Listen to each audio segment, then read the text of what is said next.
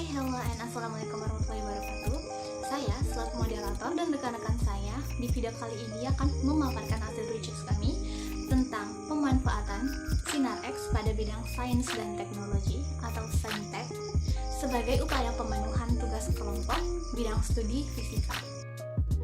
Research atau penelitian ini dilakukan oleh Arya Andana selaku ketua, Elvida Andriani selaku pencari informasi, dan saya sendiri selaku moderator Radani Probendesi. Oke, jadi sebelum memasuki materi yang akan dibahas, saya akan membawa Anda untuk mengenal lebih jauh apa sih sinar X itu. Nah, jadi sinar X merupakan sinar yang memiliki daerah frekuensi 10⁻16 hingga 10⁻20 Hz dengan panjang gelombang 10⁻10 meter. Sinar X dihasilkan oleh partikel berenergi tinggi yang ditembakkan ke atom, dan kemudian atom tersebut akan memancarkan sinar X apabila ada atom yang diduduki oleh elektron. Kemudian terbentuk suatu foton sinar X yang akan dipancarkan apabila ada elektron yang menumbuk elektron lain sehingga elektron tersebut keluar dari orbital atom. Elektron dari orbital luar akan jatuh tepat di dalam kulit bagian dalam elektron yang ditumbuk tadi, sehingga elektron tersebut akan kehilangan energi dan memancarkan foton. Foton inilah yang disebut dengan sinar. Nah, sinar X ini banyak dimanfaatkan pada bidang-bidang seperti saintek ataupun kesehatan. Pemanfaatan yang pertama ada pada CT scan atau ronsen. Ronsen atau X-ray adalah alat yang digunakan para dokter untuk melihat organ bagian dalam tanpa harus membedah pasien. X-ray merupakan salah satu tipe radiasi cahaya, dapat melewati objek non-logam termasuk jaringan dan organ manusia. Untuk menghasilkan gambar, mesin X-ray memproduksi sinar yang terdiri dari elektron-elektron ke dalam film logam. Sinar tersebut berjalan di udara hingga masuk dengan jaringan tubuh. Di dalam mesin X-ray terdapat sebuah tube yang di dalamnya terdapat alat penembak elektron. Sebuah alat penembak elektron di dalam tube tersebut menembakkan energi tinggi elektron-elektron pada target yang terbuat dari atom yang besar.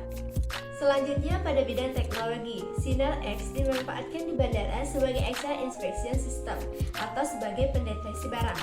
Cara kerjanya, barang yang akan diperiksa masuk ke dalam terowongan atau tunnel. Sistem pemeriksaan melalui ban berjalan atau conveyor belt. Barang-barang yang akan diperiksa akan dideteksi oleh sejumlah flag barrier pada saat barang tersebut masuk ke dalam terowongan. Sensor pendeteksi adanya barang masuk dan sensor akan mengirimkan sinyal ke unit pengontrol guna mengaktifkan sinar X.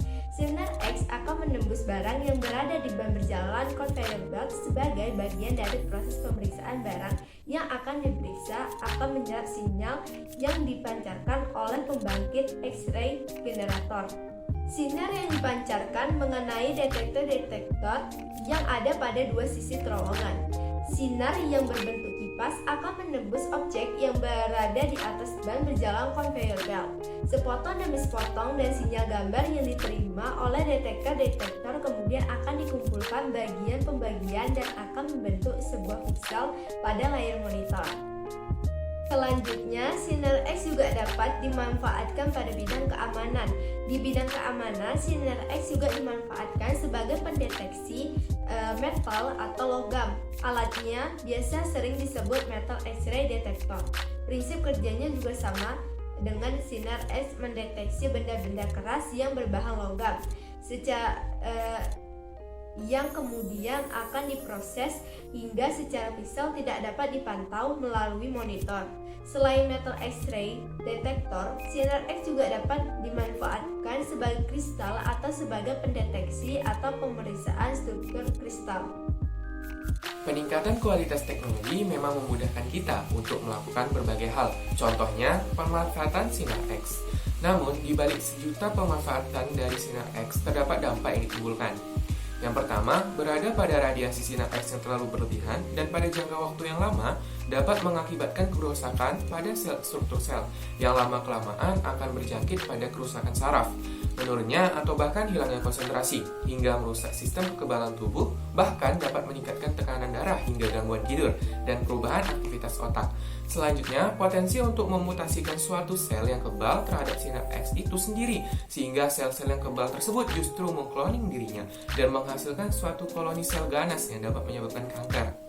Nah, pada akhirnya, akibat kerusakan sel-sel yang terjadi serta permutasian sel ganas yang cepat, justru sinapse berpotensi untuk membunuh suatu sel. Oleh karena itu, dalam pemanfaatan sinapse, ada baiknya menggunakannya sesuai dengan kapasitas radiasi yang dapat terima saja. Nah, berikut adalah video-video penerapan sinapse di bidang sains dan teknologi yang kami jumpai di lingkungan sekitar.